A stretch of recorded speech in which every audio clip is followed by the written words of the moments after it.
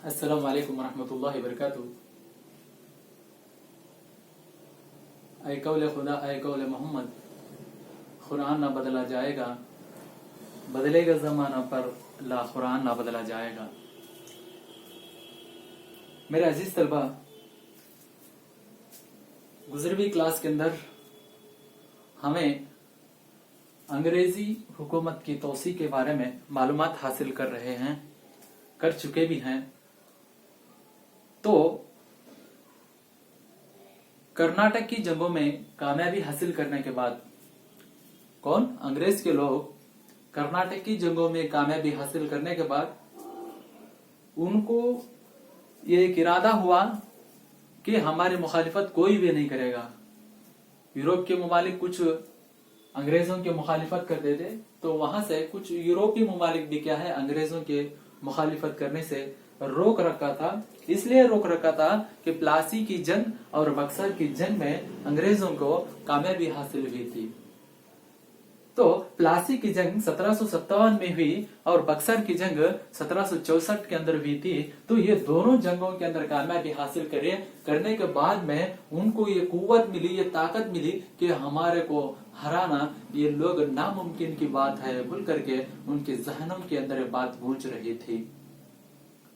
तो अजीज तलबा, तो हिंदुस्तान के अंदर कुछ भी एक अलग अलग पॉलिसियां ला करके हिंदुस्तान के शहंशाहों को, हिंदुस्तान के बादशाहों को कुछ भी कौन से भी तरीके से हमारे ताबे में ले करके क्या है पूरे हिंदुस्तान पर अपना कब्जा करेंगे बोल करके अंग्रेज के लोग ये इरादा करके आए थे। तो आज की क्लास के अंदर मेरे अजीज तलबा, तो हमें सुनने में तो यहाँ पर कई जंगें लड़ करके अंग्रेजों को रोक रखा था। इसलिए रोक रखा था कि हमारे हिंदुस्तान को हमें आजादी दिलाना है, इनकी गुलामी से हमें रोकना है, इनकी गुलामी से हमें आजाद हो जाना है बोल करके क्या है कई जंगा अलग अलग शक्ल में क्या है पाई गई थी। तो हमें गुजरी हुई क्लास के अंदर देखे थे 3 एंग्लो मराठा की जंग लड़ी गई थी और क्या है 4 मैसूर की जंग लड़ी गई थी और 2 सिक्कों की जंग लड़ी गई थी। तो यहाँ पर लड़ करके क्या है अंग्रेजों को थोड़ा कमजोरपन हमें देखने को मिला था। आइए मेरे अजीज तलबा, मेरी आज की क्लास के अंदर है गुजरी हुई क्लास के अंदर हम देखे थे 3 एंग्लो मराठे जंग बोल करके हमें पहली बार के अंदर देख रहे हैं।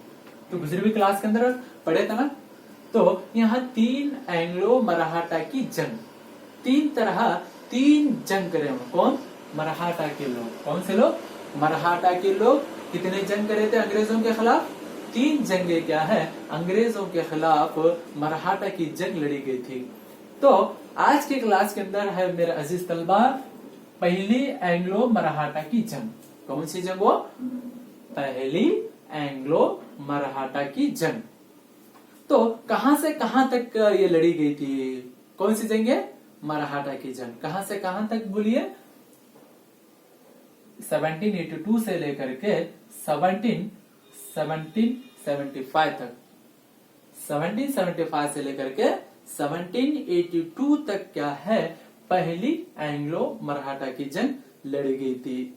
इनके खिलाफ है? अंग्रेजों के खिलाफ। आइए मेरे अजीज तलबा, बक्सर की जंग में, कौन सी जंग में? बक्सर की जंग में शिकस्त पा करके और अंग्रेजों के कैद में रहने वाला, किनके कैद में रहने वाला? अंग्रेजों के कैद में रहने वाले शाह आलम दुवम को मराठा ने, कौन? मराठा ने दिल्ली के तख्त पर बिठाया था। किसको? शाह आलम दुवम को। किसके कैद में था? अंग्रेजों के कैद में था। बक्सर की जंग में शिकस्त यानी हारने के बाद, बक्सर की जंग में हार जाने के बाद अंग्रेजों के कैद में रहने वाला कौन? शाह आलम दुवम। कौन? शाह आलम दुवम किसके कैद में था? अंग्रेजों के कैद में था। तो मराठा ने किसके तख्त पर बिठाया था? दिल्ली के तख्त पर बिठाया था। बक्सर की जंग में शिकस्त पा करके कौन? शाह आलम दुवम बक्सर की जंग में क्या है, शिकस्त पा करके अंग्रेजों के कैद में रहने वाला शाह आलम दुवम, तो यहाँ बक्सर की जंग में क्या है, हार जाता। हारने के बाद में अंग्रेजों के कैद में था, तो अंग्रेज के कैद से बाहर निकाल करके मरहटा ने दिल्ली के तख्त पर बिठाया था। तो दिल्ली के तख्त पर बैठने वाला कौन, शाह आलम दुवम। तो शाह आलम दुवम किसके कैद में था, अंग्रेजों के कैद में था। 2-3 सवाल हो सकते हैं। शाह आलम दुवम किसके कैद में था, तो यहाँ पर अंग्रेजों के कैद में था। तो शाह आलम दुवम को मरहटा ने किसके तख्त पर बिठाया था, दिल्ली के तख्त पर बिठाया था। ऐसा भी जाओ तो वही रास्ता मिलता है, ऐसा भी आओ तो वही रास्ता मिलता है। तो दिल्ली के तख्त पर बैठने वाला शख्स कौन है, शाह आलम दुवम। शाह आलम दुवम किसके कैद में था, अंग्रेजों के कैद में था। यस, आइए मेरे अजीज तलबा, मुगल हुक्मरान ने, कौन सा हुक्मरान, मुगल हुक्मरान ने अंग्रेजों के तहत अहमदाबाद, किसको, अहमदाबाद और कोटा रियासतों को मरहटा को लौटाया। कौन सा हुक्मरान ने, मुगल हुक्मरान ने अंग्रेजों के तहत, मुगल का जो बादशाह था, तो बादशाह ने अंग्रेजों के तहत, अंग्रेजों के मातहत, अंग्रेजों के बोलने पर अहमदाबाद और कोटा रियासतों को किसको लौटाया था, मरहटा रियासतों को, मरहटा को लौटाया था। इसी तरह करने से मरहटा और अंग्रेजों में, इस तरह करने से मरहटा और अंग्रेजों में क्या हो गई, दुश्मनी हो गई। किस लिए, यहाँ पर हुक्मरान था, मुगल हुक्मरान ने अंग्रेजों के तहत, अंग्रेजों के बोलने पर मुगल हुक्मरान ने अहमदाबाद को और कोटा रियासतों को किसको लौटाया था, मरहटा को लौटाया था। तो इस तरह करने से मरहटा और अंग्रेजों के दरमियान आपस में क्या होने लगा, जंग शुरू होने लगी, दुश्मनी पैदा होने लगी, मुंह काला होने लगा था। आइए मेरे अजीज तलबा, नीचे हम जाएंगे। मरहटा का ताकतवर आपको मालूम रहे होगा। मरहटा का ताकतवर पेशवा माधवराव ने उसके भाई नारायण होने के बावजूद भी किसको कत्ल किया था, रघुनाथ को कत्ल किया था। कौन, मरहटा का ताकतवर पेशवा माधवराव ने उसके भाई नारायण होने के बावजूद किसको कत्ल किया था, रघुनाथ राव को कत्ल किया था। तो यहाँ पर एक बात हमें ये याद आती है कि अपनी जायदाद के वास्ते, अपनी हुकूमत के वास्ते अपने चचा के भाई को, चचा के बेटे को भी कत्ल करना हो तो ये शर्मिंदगी की बात हो सकती है। तो आज भी हमें अपने भाइयों के दरमियान ऐसा नजर आता है, जहां पर बाप की जायदाद है तो वहां पर तू माय करके क्या है, झगड़े कर जाते हैं। तो वो जमाने के अंदर भी हुक्मरान के वास्ते बाप अपने बेटे को कत्ल करना, बेटा अपने बाप को कत्ल करना, और क्या है, कई अपने आपसी लोगों को, अपने भाई लोगों को कत्ल करके क्या है, एक तख्त पर बैठना चाहते थे। तो यहाँ पर भी मरहटा का ताकतवर पेशवा माधवराव ने उसके भाई नारायण होने के बावजूद भी, ये रघुनाथ राव बहुत दूर का रिश्ता नहीं है, चचा का भाई, तो इस तरह नारायण होने के बावजूद भी रघुनाथ राव का क्या क्या कत्ल किया, यानी खत्म कर डाला। कौन, माधवराव ने। तो पेशवे के मकाम में क्या होने लगी, हलचल शुरू हो गई।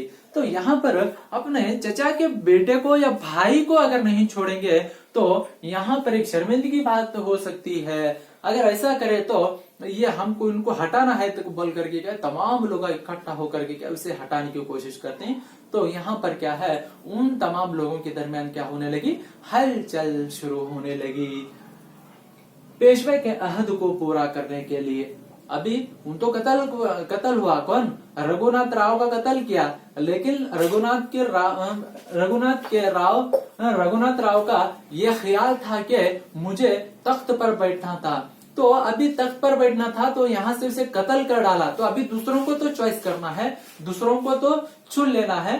तो इसलिए क्या है, अब आगे चुनने का मसला आता है, इंतखाब करने का एक वक्त आ जाता है। तो यहाँ पर पेशवे के अहद को पूरा करने के लिए नारायण राव के बेटे, किसके बेटे, नारायण राव के बेटे माधवराव का नाम लेकर पेशवा बनाया गया था। पेशवा के अहद को पूरा करने के लिए नारायण राव के बेटे, किसके बेटे, नारायण राव के बेटे माधवराव का नाम लेकर पेशवा बनाया गया था। तो यहाँ पर असल बैठना कौन बैठना था, रघुनाथ राव का बैठना था। तो उसका कत्ल होने के बावजूद नारायण के बेटे माधवराव का नाम लेकर के क्या है, पेशवा बनाया गया था। तो यहाँ पर माधवराव ने उसके भाई नारायण होने के बावजूद, तो यहाँ पर हलचल शुरू हो जाती, होने के बाद रघुनाथ का कत्ल हो जाता। कत्ल होने के बाद में पेशवे के अहद को पूरा करने के लिए नारायण राव के बेटे माधवराव का नाम लेकर के क्या किया गया, पेशवा बनाया गया। अंग्रेजी और मराठा के दरमियान, किन किन के दरमियान, अंग्रेज और मराठा के दरमियान 1775 से लेकर के 1782 तक जंगों में मराठा ने इब्तदाई कामयाबी हासिल की थी। कौन सी कामयाबी, इब्तदा मतलब शुरुआती जंगों में कौन, मराठा के लोगों ने कामयाबी हासिल की, लेकिन अहमदाबाद को घुमा दिया, यानी अपने हाथ से छूट गया। मिसाल के तौर पर आपके हाथ के अंदर या हाथ के ऊपर या हाथ में जब एक छोटा सा कांच का गिलास लेने के बाद जब आप जमीन पर फेंक देते हैं तो क्या हो जाता, टूट जाता।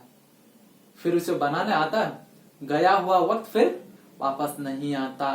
तो इसलिए कब हमारे हाथ में रहता तो तभी हमें उसकी सोच फिक्र करना, जब हमारे हाथ से छूट जाता तो हमें फिर उसे पा लेना, ये हमारे लिए नामुमकिन की बात है। तो देखिए मेरा अजीज तलबा, अंग्रेज और मराठा के दरमियान, किन किन के दरमियान, अंग्रेज और मराठा के दरमियान 1775 से, कहां से, 1775 से 1782 तक जंगों में मराठा ने क्या हुआ, इब्तिदाई कामयाबी हासिल हुई, लेकिन यहाँ पर किसको घुमाया, अहमदाबाद को घुमाया। कौन से लोग, मराठा के लोग।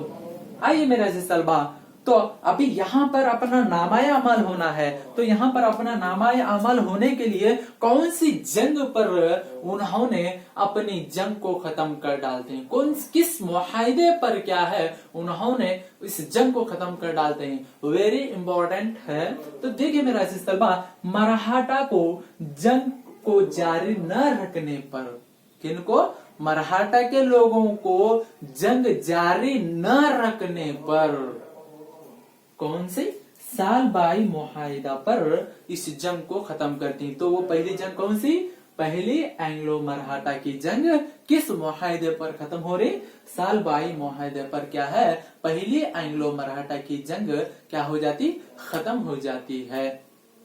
देखिए पहली एंग्लो मराठा की जंग बक्सर की जंग में शिकस्त पा करके, कौन सी जंग में, बक्सर की जंग में शिकस्त पा करके, और अंग्रेजों के कैद में रहने वाला कौन था, शाह आलम दुआम। तो मराठा ने कहाँ का तख्त पर बिठाया था, दिल्ली के तख्त पर बिठाया था। मुगल हुक्मरान ने अंग्रेजों के तहत अहमदाबाद और कोटा रियासतों को किसको लौटाया था, मराठा को लौटाया था। तो यहाँ पर मराठा और अंग्रेजों के दरमियान में क्या है, दुश्मनी होने लगी, मुंह काला होने लगा। मराठा का ताकतवर पेशवा माधवराव ने उसके भाई नारायण होने के बावजूद भी रघुनाथ राव का कत्ल किया। तो पेशवे के मकाम में हलचल शुरू होने लगी। पेशवे के अहद को पूरा करने के लिए नारायण राव के बेटे माधवराव का नाम लेकर के क्या हुआ, पेशवा बनाया गया। अंग्रेजी और मराठा के दरमियान 1775 से लेकर के 1782 तक जंगों में मराठा ने इब्तदाई कामयाबी हासिल की, लेकिन अहमदाबाद को घुमाना पड़ा। और पहली एंग्लो मराठा की जंग को किस मुआहिदे पर खत्म होना पड़ा, तो यहाँ पर साल बाई मुआहदे पर क्या है, पहली एंग्लो मराठा की जंग खत्म हो जाती है। आइंदा क्लास के अंदर दूसरी एंग्लो मराठा की जंगों के बारे में मालूमात हासिल करेंगे। और मेरी अपील यह है कि इस चैनल को सब्सक्राइब करें और अपने फ्रेंड्स को शेयर करने की कोशिश करें। और यहाँ तक मेरी क्लास सुनने के लिए आपको तहे दिल से शुक्रिया अदा करता हूँ। अस्सलाम वालेकुम व रहमतुल्लाहि व बरकातुहू।